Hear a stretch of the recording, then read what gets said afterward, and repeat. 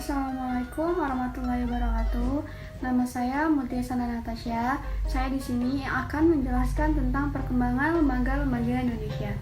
Istilah lembaga negara diketahui dalam Ketetapan MPR nomor 3 1978 yang menyebutkan istilah lembaga tertinggi negara. Yang dimaksudkan lembaga tertinggi negara adalah Majelis Permusyawaratan Rakyat atau bisa disebut dengan MPR. Sedangkan yang dimaksud lembaga tertinggi menurut Undang-Undang 1945 sebelum amandemen yaitu Presiden, Pertimbangan Agung, Dewan Perwakilan Rakyat, dan juga Mahkamah Agung.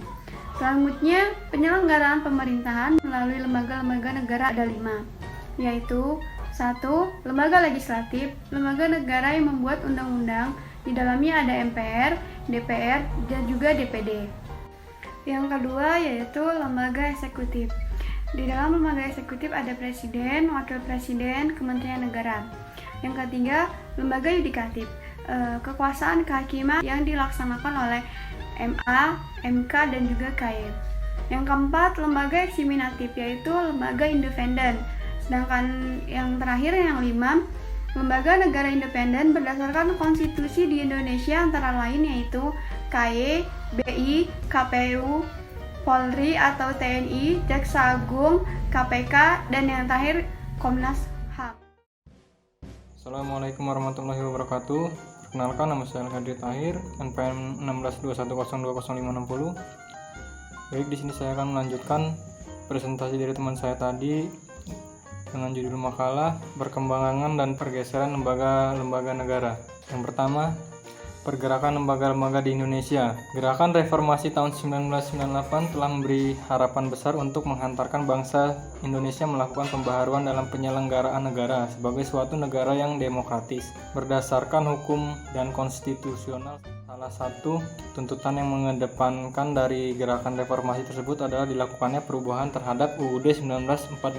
Tuntutan terhadap pelaksanaan perubahan UUD 1945 merupakan tuntutan yang memiliki dasar pemikiran teoritis, konseptual, dan berdasarkan pertimbangan empirik, yaitu praktik pelaksanaan ketatanegaraan Indonesia selama hampir setengah abad. Dalam kurun waktu tersebut, kelemahan UUD 45 secara konseptual telah memberi peluang bagi lainnya pemerintahan yang otoritarian, di mana penyelenggara negara berlawanan arah dari asas kedaulatan rakyat. Asas negara berdasar atas hukum serta dinamika sosial, politik, dan ekonomi yang berkembang ke arah yang berlawanan dari konsep dasar yang ditetapkan dalam UUD. Para pendiri negara sebenarnya secara eksplisit sudah menyatakan bahwa UUD 1945 adalah konstitusi yang bersifat sementara. Bahkan Soekarno menyebut sebagai UUD atau revolusi groundwork. Karena keterlambatan itu, maka selama hampir setengah abad perjalanan sejarah ketatanegaraan Indonesia terperangkap dalam sifat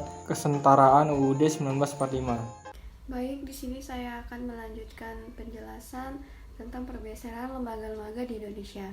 Yang selanjutnya, pemisahan kekuasaan sebelum amandemen. Untuk menilai apakah Undang-Undang Dasar 1945 menganut pemisahan kekuasaan atau pembagian kekuasaan, dapat digunakan kriteria yang dibuat oleh Ivar Jennings. Yang kedua, pemisahan kekuasaan pasca amandemen Undang-Undang Dasar 1945. Salah satu unsur terpenting dari negara hukum adalah adanya pembagian kekuasaan atau pemisahan kekuasaan dalam negara. Pokok-pokok kesimpulannya yaitu yang pertama, Undang-Undang Dasar 1945 pasca amandemen tidak menganut lagi model pembagian kekuasaan secara vertikal, tetapi pemisahan secara horizontal. Yang kedua, Undang-Undang Dasar 1945 di amandemen terjadi perubahan mendasar bahwa kedaulatan rakyat tidak lagi dilaksanakan sepenuhnya oleh MPR, tetapi dilaksanakan oleh banyak lembaga negara menurut ketentuan yang ditetapkan dalam Undang-Undang Dasar. Yang ketiga, materi perubahan keempat Undang-Undang Dasar 1945 telah merevolusi kelembagaan negara dan hubungan antara lembaga negara. Yang keempat, dilihat dari ketentuan Undang-Undang 1945 amandemen, terdapat berbagai perubahan ketentuan ketatanegaraan yang bersifat mendasar. Hanya itu yang dapat saya sampaikan. Assalamualaikum warahmatullahi wabarakatuh.